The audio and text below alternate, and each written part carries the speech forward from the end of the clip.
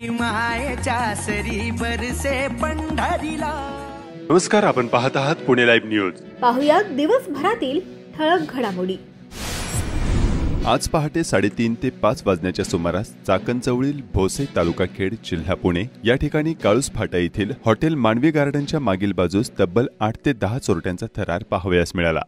येथील हॉटेलचे मालक निलेश गव्हाणे यांच्या राहत्या घराच्या खिडकीचे ग्रिल तोडून चोरट्यांनी आतमध्ये प्रवेश केला। मात्र घरातल्या लोकांना चाहूल लागताच आरडाओरडा केल्यानं दरोडेखोर तेथून पसार झाले। त्यानंतर चाकण शिक्रापूर रस्त्यावर भोसे गावातच असलेल्या श्रीपाद मिसळ हॉटेलच्या मागील बाजूस दत्ता वाडेकर यांच्या बिल्डिंगमध्ये त्यांनी प्रवेश केला। आजूबाजूच्या दाराच्या कड्या लावून खिडकी उचकण्याचा प्रयत्न केला, मात्र पहाटेची वेळ असल्यानं गावातील ग्रामस्थ जागे झाले। त्यानंतर चोरट्यांनी पळ काढला। आसपासचे सीसीटीव्ही फुटेज तपासले असता तब्बल 9 जणांची टोळी असल्याचं लक्षात आलं। त्यामध्ये कटावणी, कोयते, कटर, बॅटरी व इतर वस्तू देखील दिसून आल्या। हा सर्व प्रकार पाहून भोसे गावचे पोलीस पाटील सागर गिरी यांनी चाकण पोलीस स्टेशन येथे संपर्क साधून कळवला। भोसे गावात पोलिसांनी गस्त वाढवण्याची मागणी होत आहे। सागर गणपत गिरी, भोसे तालुका खेड जिल्हा पुणे, दिनांक 5/7/2025 रोजी पहाटे 3 ते 4च्या सुमारास गावामध्ये 9 दरोडेखोर असल्याचे व्हिडिओ वेगवेगळ्या सीसीटीव्ही फुटेजच्या मार्फत निदर्शनास आले। त्यामध्ये हॉटेल मानवी गार्डनच्या मागील बाजूस निलेश गव्हाणे यांच्या खिडकीचे ग्रिल तोडून आतमध्ये प्रवेश करताना घरातील लोकांना जाग आली व लोकांनी आरडाओरडा केल्यामुळे तिथून पळून गेले व गावामध्ये दत्ता वाडेकर यांच्या बिल्डिंगमध्ये घुसले। परंतु पहाटेची वेळ असल्यामुळे लोक जागसूद होती, त्यामुळे त्यांना काही चाल करता आली नाही। ही घटना कानावर पडल्यावरती मी चाकण पोलीस स्टेशन ठिकाणी संपर्क केला असता त्या ठिकाणाहून पोलीस ताबडतोब घटनास्थळी पोहोचले व पंचनामा केला। या दरोडाखोरांकडे विविध प्रकारची हत्यारे, बॅटरी, कटर असे साहित्य निदर्शनास आले, तरी पुढील कारवाईसाठी अंडाभुर्जीची गाडी चालवणाऱ्या व्यावसायिकाने हप्ता देण्यास उशीर केल्यानं 6 जणांनी मिळून गाडीवर काम करणाऱ्या दोघांचे अपहरण करून कोरेगाव खुर्द तालुका खेड येथील जंगलात नेऊन त्यांच्यावर खुनी हल्ला केला। ही घटना शनिवारी दिनांक 5 जुलै रोजी सायंकाळी घडली। राहुल देवकिसन चव्हाण वयवर्ष 21 राहणार खेड आणि तुषार सुपे अशी जखमींची नावे आहेत। राहुल यांनी या प्रकरणी महाळुंगे एमआयडीसी पोलीस ठाण्यात फिर्याद दिली आहे।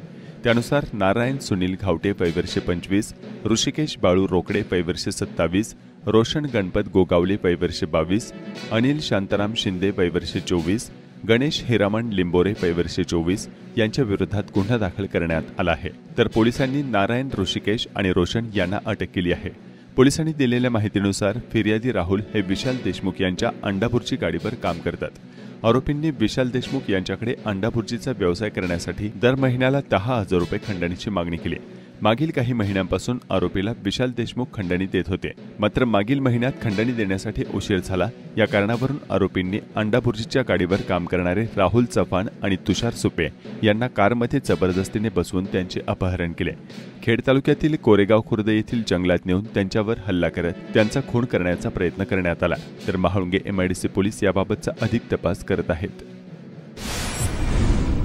चाकण औद्योगिक परिसरात वेगवेगळ्या प्रकारचे अवैध धंदे राजरोसपणे परवाने घेऊन सुरू असल्यासारखी परिस्थिती आहे। अशा धंद्यांच्या आडून एक खूप मोठी इकोसिस्टीम कार्यान्वित आहे।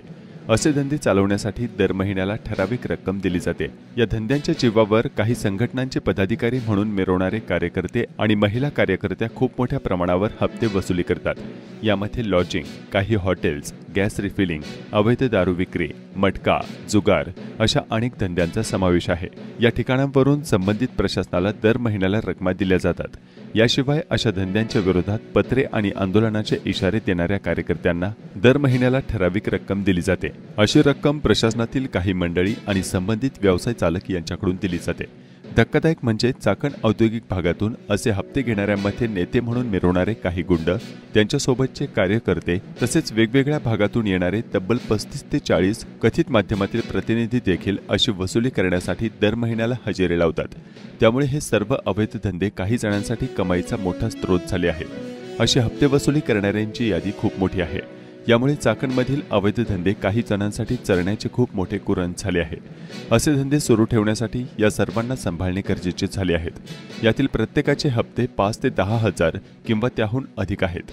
अशा ठिकाणाहून पैसे न मिळाल्यास वादाचे प्रसंग निर्माण होतात। आता ही अवैध धंद्यांची आणि त्यावर पोचलेल्या बोक्यांची सगळी इकोसिस्टीम कोण उद्ध्वस्त करणार असा प्रश्न निर्माण झाला आहे। एका तरुणावर धारदार शस्त्राने वार करत खून करण्यात आला। ही घटना 4 जुलै रोजी सकाळी 8 वाजेपासून 5 जुलै रोजी सकाळी 11:30 वाजण्याच्या दरम्यान आळंदीजवळ पठारे मळा चरोली येथील प्राईड वर्ल्ड सिटीमधील सिक्युरिटी केबिनजवळ उघडकीस आली। धनुदादा लाकडे वय वर्ष 33 राहणार आळंदी असे खून झालेल्या तरुणाचे नाव आहे। याबाबत त्यांचा भाऊ सोमनाथ दादा लकडे वय वर्ष 21 राहणार आळंदी यांनी पोलीस ठाण्यात फिर्याद दिली आहे। पोलिसांनी दिलेल्या माहितीनुसार फिर्यादीचा मोठा भाऊ त्याच्यावर कोणीतरी अज्ञात इसमाने चरोली येथील प्राईड वर्ल्ड सिटी येथील सिक्युरिटी केबिनजवळ घातक शस्त्राने डोक्यावर वार करून गंभीर जखमी करत खून केला। तर या आरोपीचा शोध सुरू असून पोलीस अधिक तपास करत आहेत। खेड तालुक्यात सर्वदूर संततधार पाऊस सुरू आहे, त्यामुळे धरण प्रशासनाने नागरिकांना सतर्कतेचा इशारा दिला आहे। पाणलोट क्षेत्रात सुरू असलेल्या संततधार पावसामुळे रविवारी खेड तालुक्यातील धरणांतील पाणीसाठ्यात मोठी वाढ झाली। पावसाचा जोर कायम राहिल्याने विसर्ग मोठ्या प्रमाणावर होण्याची चिन्हे असून नदीकाठावरील गावांना सतर्कतेचा इशारा देण्यात आला आहे। भामा आसखेड तालुका खेड धरणात रविवारी 6 जुलै अखेर 54.25% पाणीसाठा जमा झाला आहे। मागील वर्षीच्या तुलनेत हा पाणीसाठा चौपट अधिक असून मागील वर्षी आजच्या तारखेला धरणात 14.36% पाणीसाठा शिल्लक असल्याचं धरण प्रशासनाकडून सांगण्यात आलं। चासकमान पाटबंधारे विभागाचे कार्यकारी अभियंता मोता जाधवर यांनी कळवले आहे की भीमा नदी काठच्या सर्व नागरिकांना सूचित करण्यात येत आहे की चासकमान धरण सद्यस्थितीमध्ये 73.13% भरलेले आहे। पाणलोट क्षेत्रात सातत्याने पाऊस चालू असून धरणामध्ये मोठा येवा प्राप्त होत आहे। धरणातील पाणीसाठा नियंत्रित करण्याकरता सोमवारी 7 जुलै 2025 रोजी सकाळी 11 वाजता अतिवाहिनीद्वारे भीमा नदी पात्रामध्ये नियंत्रित पद्धतीने विसर्ग करण्यात येणार आहे। तरी भीमा नदी काठच्या सर्व नागरिकांना सूचित करण्यात येते की कृपया कोणीही नदीपात्रात उतरू नये। तसेच नदीमधील पाण्याची पंप, नदीकाठची शेती अवजारे व तत्सम साहित्य अथवा जनावरे असल्यास ती तत्काळ सुरक्षित ठिकाणी हलविण्यात यावीत। सर्वांनी योग्य ती खबरदारी आणि दक्षता घेत जलसंपदा विभागास आणि प्रशासनास सहकार्य करावे असे आवाहन यावेळी करण्यात आले।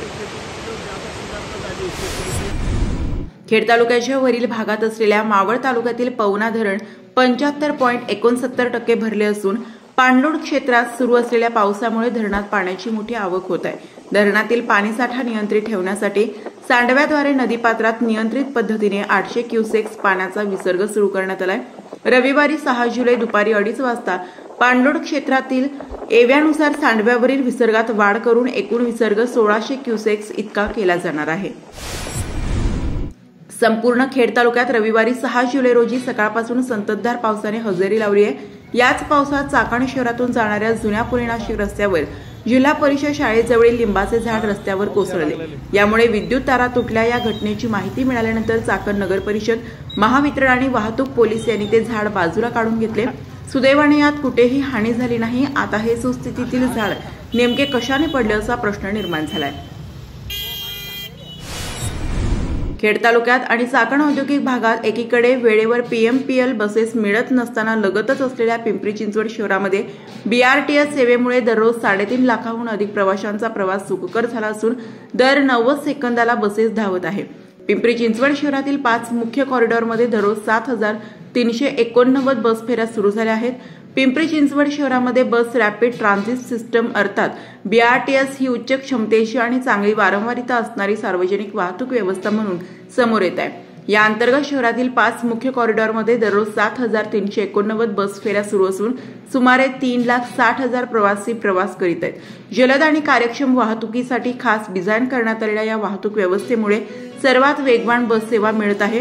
गर्दीच्या वेळी काही मार्गांवर दर 1.5 ते 2 मिनिटांनी एक बस धावत आहे। BRTS वाहतूक व्यवस्थेचा कणा म्हणून निगडी दापोडी कॉरिडॉर ओळखला जातोय। या मार्गावर दररोज सुमारे 1,50,000हून अधिक प्रवासी प्रवास करतात। हा मार्ग पिंपरी चिंचवड महापालिका मुख्य प्रशासकीय इमारत, शिवाजीनगर, पुणे स्टेशन, स्वारगेट, हडपसर आणि कात्रज यांसारख्या प्रमुख ठिकाणांना जोडतोय। या मार्गावर सकाळी 6 ते 8 या 2 तासांच्या काळातच प्रत्येक तासाला किमान 2 ते 3,000 प्रवासी प्रवास करतात।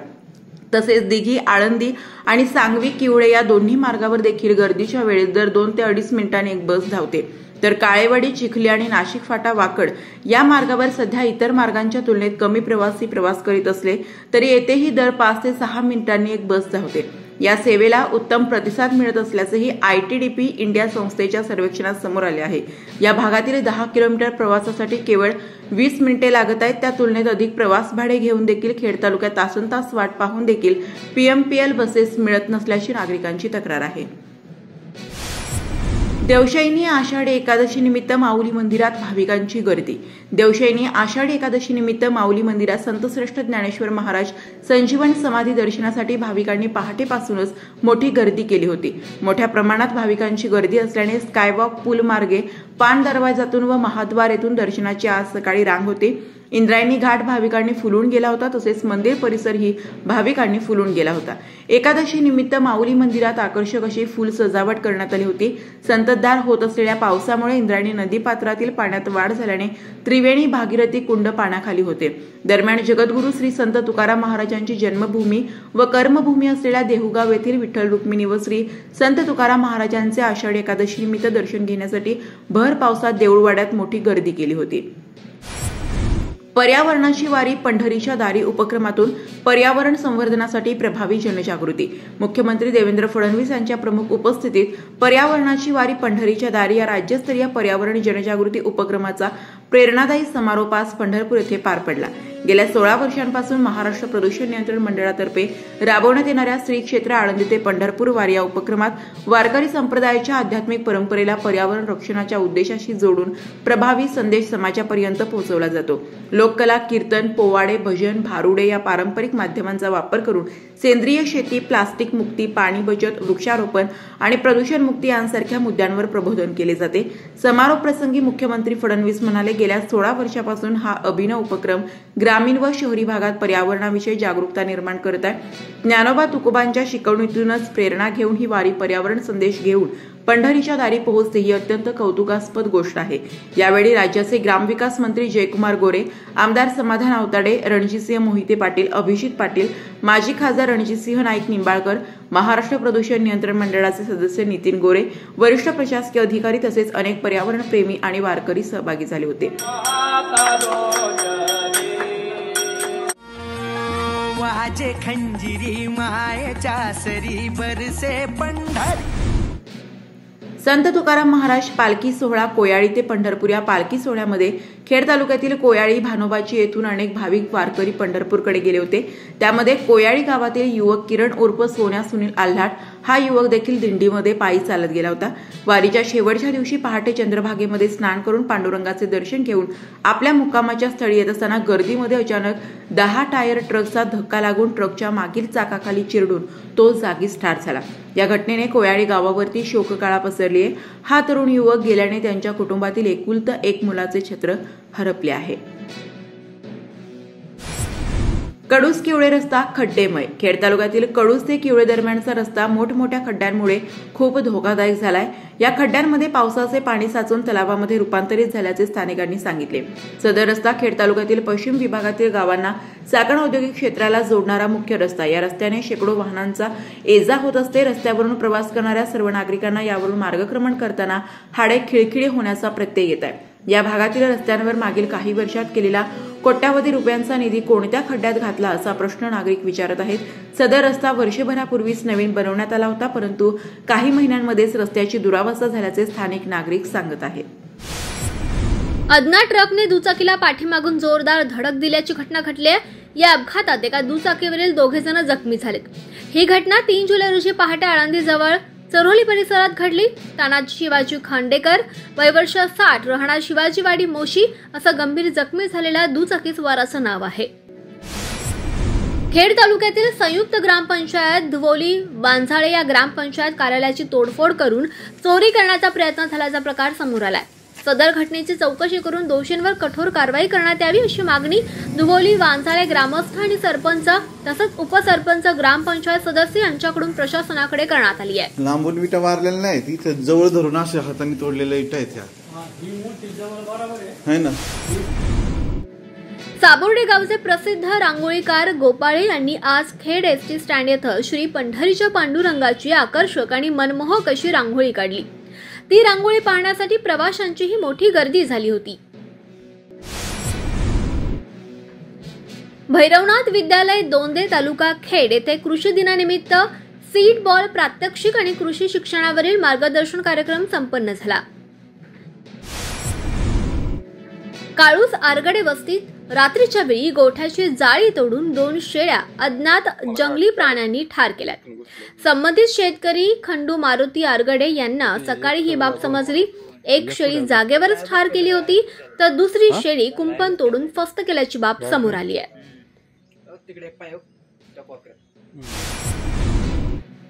राज ठाकरे आणि उद्धव साहेब ठाकरे यांनी मराठी भाषेसाठी एकत्र आल्याबद्दल मनसेच्या कार्यकर्त्यांच्या वतीनं खेड तालुक्यात मिठाई आणि फळे वाटप करून आनंद व्यक्त करण्यात आला.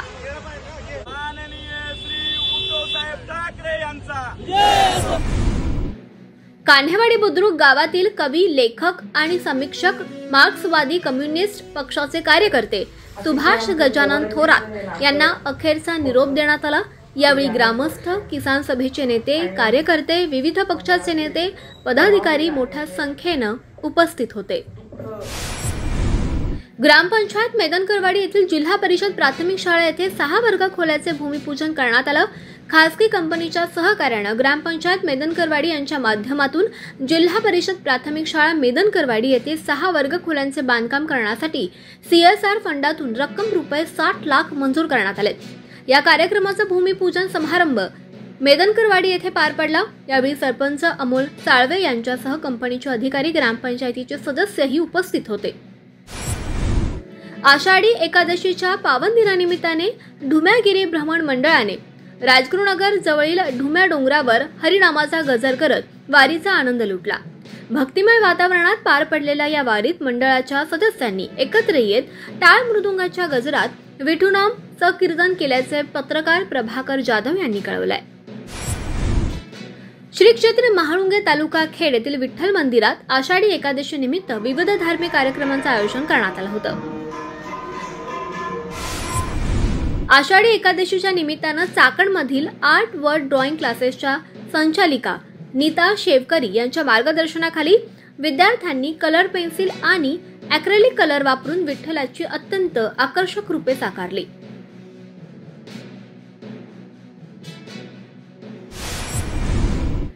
साईबाबा नगर, वडगाव रोड, चरोली खुर्द, आळंदी या ग्रामीण भागात नागरिक समस्यांनी नागरिक आता हैराण झालेत.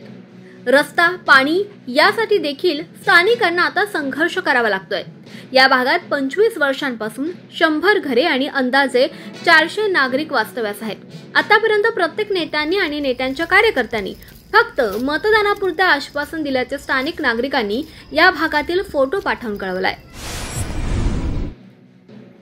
खेड तालुक्यातील पाईट येथील स्पर्धा परीक्षेची तयारी करणाऱ्या विद्यार्थ्यांसाठी कृषी धवल अभ्यासिकेमध्ये मोफत वायफायची सुविधा देण्यात आली आहे. धन्यवाद. आपण पाहत होतात पुणे लाईव्ह न्यूज. भेटूयात उद्याच्या बातमीपत्रात.